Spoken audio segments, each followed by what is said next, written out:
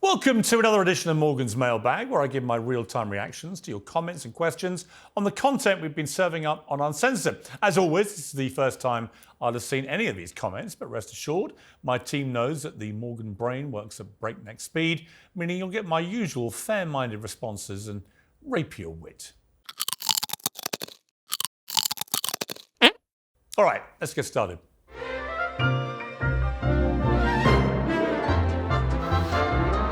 We kick things off with my will.i.am interview and his plans to make music using artificial intelligence.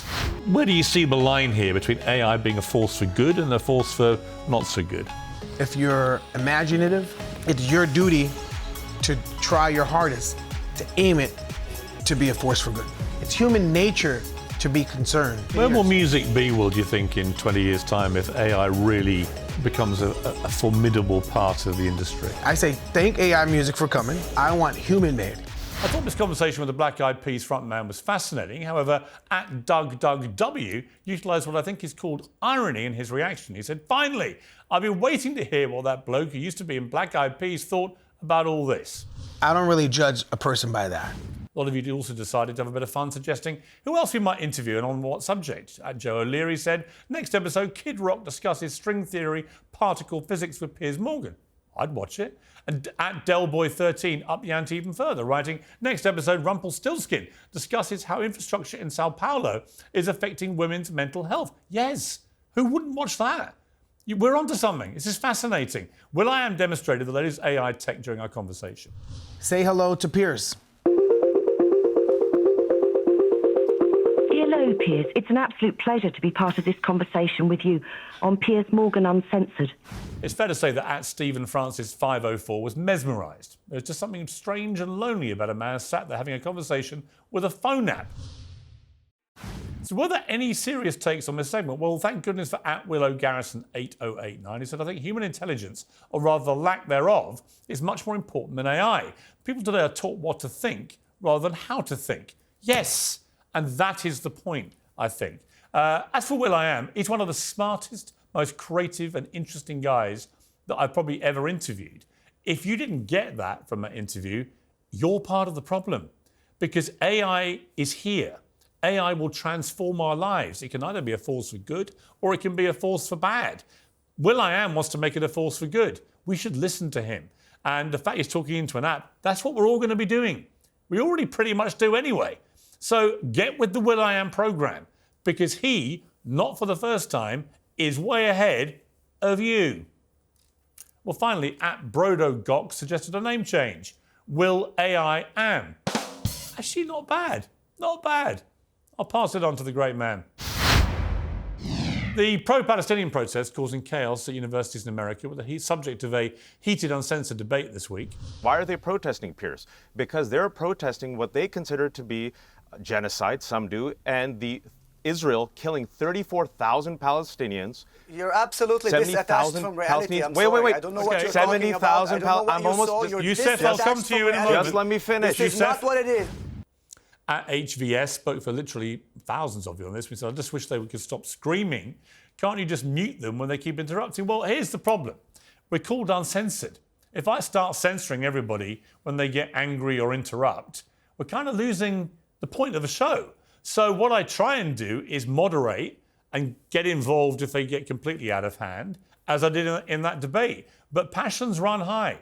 When a lot of people are dying, people get very angry. And I'm always mindful of that as well. So we don't have a mute button. I don't have anything here that I can mute people with. I just have to try and moderate things as best I can, whilst not wanting to stop people having their say in as passionate a way as they like. But I agree with you, if people interrupt too much or speak over each other too much, it is annoying. Well, that Censored Men illustrated the point, cutting this montage, which tallied the total number of interruptions by one contributor in particular.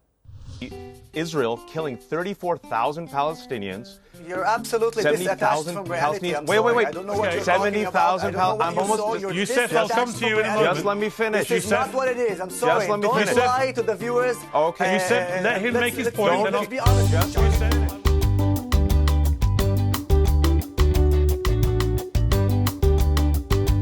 No one can hear either of you when you shout over each I am the one other. who knows exactly what they are doing. Yeah, okay, Don't you said sugarcoat all this. nobody will hear you when you shout over people. With so many interruptions in one debate, apt Pritpal Singh felt there was really only one person to blame. Piers Morgan literally sucks at his job. The most biased programme ever. Really? Really? Isn't that interesting? Because I had just as many people telling me I was too pro-Israeli in that debate as I did telling me I was too pro-Palestinian. So who am I biased towards exactly? Well, former bodybuilding bad boy and 7 times Mr. Olympia, Phil Heath, came in for a mano il mano chat. We got on very well, flexing a few biceps. Do you have to be vain? Do you have to spend a lot of time adoring your physique? What's with the tiny trunks? I mean, they all seem to be about 3 sizes too small. This is true. We wear them pretty high up a little bit. You've had a few tensions with Arnold, haven't you? He criticised bodybuilders with a belly. You definitely have to have the biggest calves, the biggest everything. How would you feel about this whole issue of trans athletes? What's your general view of that? They told me that you hired a trainer. At Colonel John Matrix 1000, no lack of testosterone in that name choice, said, I prefer Phil Heath in retirement than when he was competing. He has so much more time to pass on his knowledge and experiences in life I find very inspirational. Yeah, I really liked him. Very chilled out guy, given what he'd done as a career, and very reflective and honest about things like drug abuse and so on. Very, very interesting character, obviously hugely successful, and now has a very rounded view of what happened to him. Well worth listening to. At BWalk34 recounted his own intimate experience with the big man. I met Phil back in 2008 at my last bodybuilding show. We shared dumbbells backstage to pump up. Great guy. Pump up. I didn't pump up with Phil, but I did tackle him on the subject of steroids and his thoughts on the body positive movement.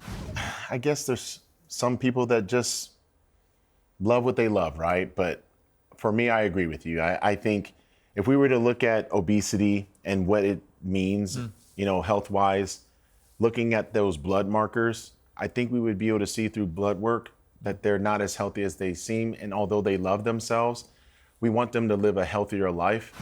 At MC 80466 wrote, I love that when asked his opinion on the body positive movement, he really kept his answer focused on health. He mentioned markers, blood test, diseases, how it's good to be essentially healthy. There wasn't shaming or ridiculing. Phil is great. Yeah, I get it. I actually think shaming is the answer, actually. I know when people say to me, blimey, Morgan, you put on a bit of timber. It makes me go to the gym and drink and eat less. And ultimately, if you want to lose weight, you got to drink and eat less and go to the gym a bit more. So I'm all for a bit of brutal honesty, I'm afraid, when it comes to body positive. Because the one thing about body positive is it ain't positive. Most of them are morbidly obese, and there's a clue in the word morbid. It means death. Finally, I couldn't let the ultimate Mr. Olympia go without an invitation to the Morgan Gun Show. First of all, have a little feel. Have a little feel. Not too bad. Huh? Drug test him right now. Thank you. Thank you, Phil Heath. Right, I want to see what this is actually going to be like. Oh, man. Okay, 1, 2, 3.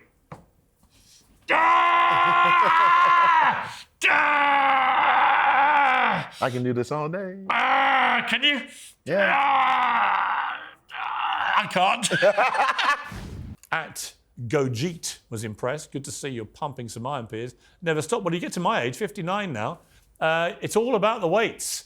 And I do. I go and pump iron a couple of times a week, and I'm getting some big weights up. So I think Phil was genuinely startled, and he was surprised to lose. I wasn't. Yes!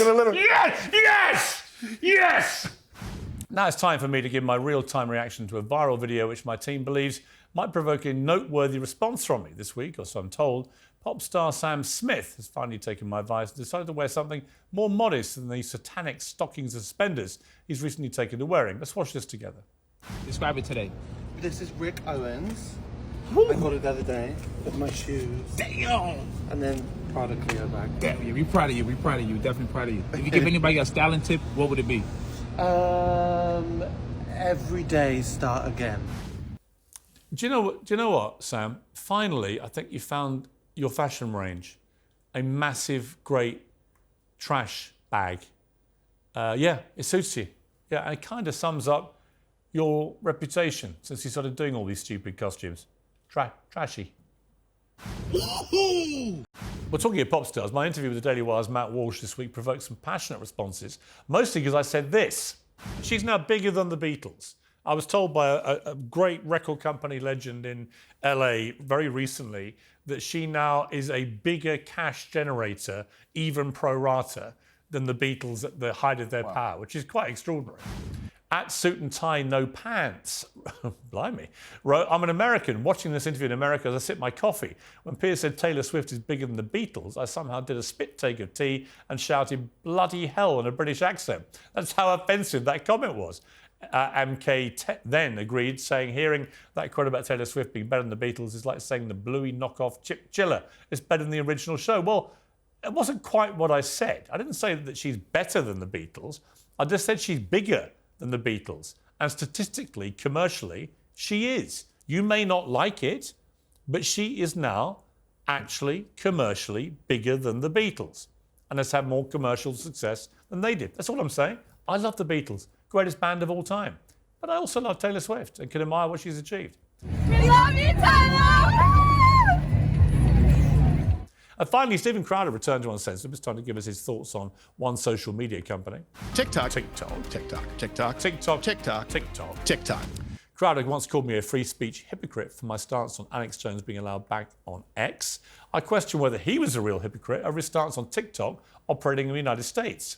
To be clear, I don't want to ban TikTok. That's not my position. What do you want to do with it? That's never been my position. No, and I certainly don't want a content ban. What we're talking about is a ban on ownership of foreign influence, right? Right. That's what But people that's are talking effectively about. There should be no banning it. banning of TikTok. Right, but that's No, banning it's it from not. America, isn't it? At Zebra66 commented, Piers needs to learn the difference between hypocrisy and nuance. It's not hypocrisy to believe in free speech for Americans, but not to allow foreign dictators to use our freedoms against us. Ah, got it. So it's not hypocrisy if you're American, is really what you're saying, right? Yeah, doesn't work that way, buddy. Hypocrisy is a global thing. Well, at Kit-KK9CB, were you on drugs when you came up with that nickname? Question my motives for questioning Crowder up on his free speech double standards. Alex Jones is living rent-free in Piers Morgan's head. Yeah, kind of, actually. Yeah, he is, because I don't think he should be allowed social media platform until he's paid the families of the Sandy Hook victims who he's so sickeningly betrayed for vast sums of money. So I do think about him a lot. And looking at his behaviour on X since he got allowed back on is absolute evidence he shouldn't have been allowed back on. The guy's a whack job conspiracy theorist who makes money from spewing lies. I don't think they should be allowed a platform, personally.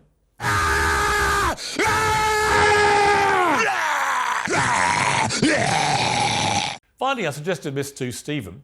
I think you'd make a good prince, actually. You would make a good king. Kings are reserved for people like me. Sleep with my relative? No, it's actually your name. It's not very kingly. It'd have to be someone like Piers. At Jimmy Inverness corrected me, saying Stephen of Blois was King of England from 22nd of December 1135 to his death in 1154. Last an intelligent comment. Naturally, we got a picture of what King Stephen looked like. I mean, actually, a lot better looking than Crowder, although the same kind of weird eyes. Now let's take a look at what a real king might look like. There you go. Magnificent. King Piers. I could have been King of America. Imagine that. Imagine how much happier they'd all be in America, right? That's it for this edition of Morgan's Mailbag. Remember, you can watch all my past interviews, debates and monologues on the Uncensored YouTube channel. Like and subscribe to join our common sense movement of more than 2.5 million followers. And until next time, remember, keep it uncensored.